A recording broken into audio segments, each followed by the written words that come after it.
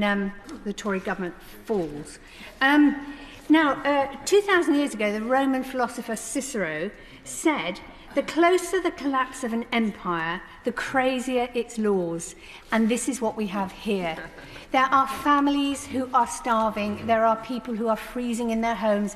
There are workers rightfully striking on the streets. And we are here debating this dross. I don't know how the government can face us when they send us legislation like this. Just as a public order bill is an attack on democracy on the streets, this bill is an attack on democracy here within Parliament. Rather than taking back control, the government is seeking to take away Parliament's sovereign power of voting for or against laws, and hands that power over to a chaotic executive of right-wing ministers and their civil servants. We've reached the slash and burn stage of Brexit cultism, which will certainly throw this country into a state of legal uncertainty.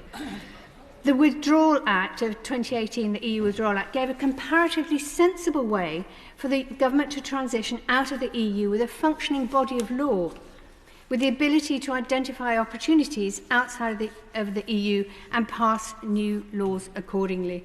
This is not the same by any means.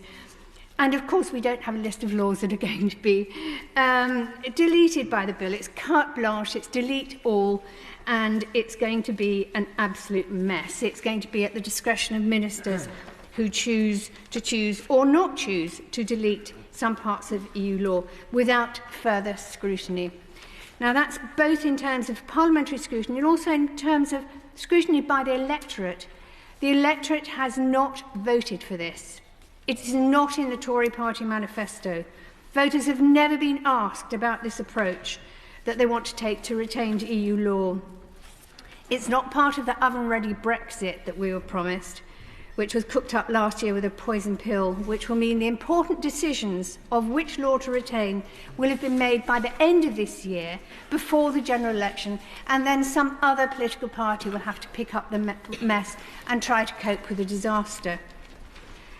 Now, this bill gives the legal mechanisms, but it doesn't give any political mechanisms, and only ministers will choose the fate of 4,000 pieces of legislation. To me, it seems absolutely crazy that we are handing this power to ministers that we didn't trust before this came, and we certainly won't trust afterwards. Now, finally, I would like to make the point that our future relationship with the EU is important. There's a growing recognition that leaving the European Union has not delivered the benefits that we were promised. This bill is proof that even this government can't find any benefits to boast about. And there'll soon become a public debate about our future relationship with the European Union. And the Green Party has decided that the relationship should be as close as possible until the political circumstances are right for us to rejoin the EU. I say that as somebody who voted for Brexit, but what I've seen is the destruction by this government, and they are not delivering on all their promises. My feelings about this is that the only sensible thing now is to actually cut our losses on this and rejoin the EU. And I think that many others, some inside but many outside, will agree with me. My Lords, I'd like to add my congratulations to the